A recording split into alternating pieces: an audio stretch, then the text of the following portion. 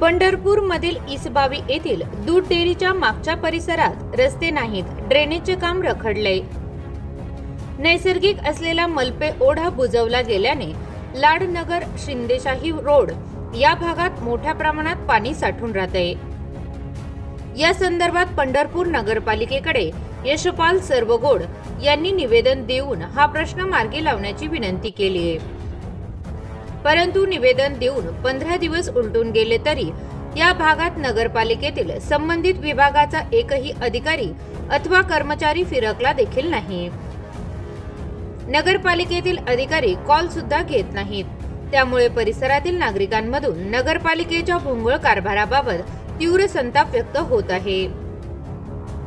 या संदर्भात पंढरपूर लाईव्हशी बोलताना यशपाल सर्वगोड यांनी या भागातील विदारक वास्तव्य समोर आणलंय।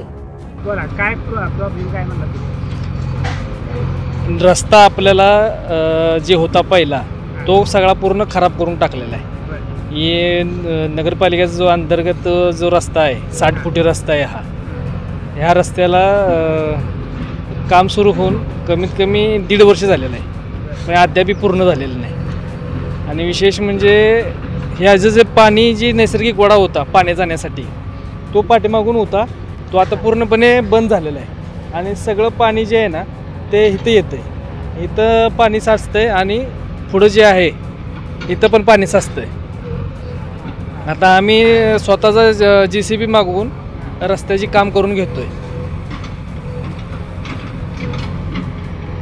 कुठलं नगर आहे? ही लाडनगर आहे,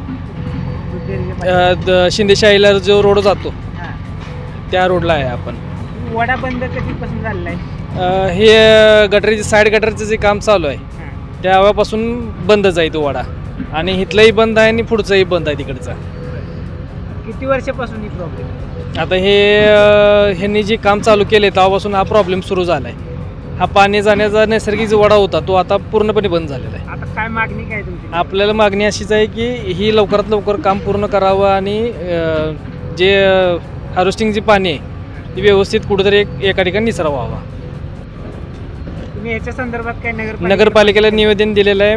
हे टेंडरचे ह्याच्याकडे जे मॅनेजर आहे माळी साहेब म्हणून आहेत, त्यांना पण आपण फोन केले, ते काय फोन उचलत नाहीत आणि सांगून झालेलं आहे।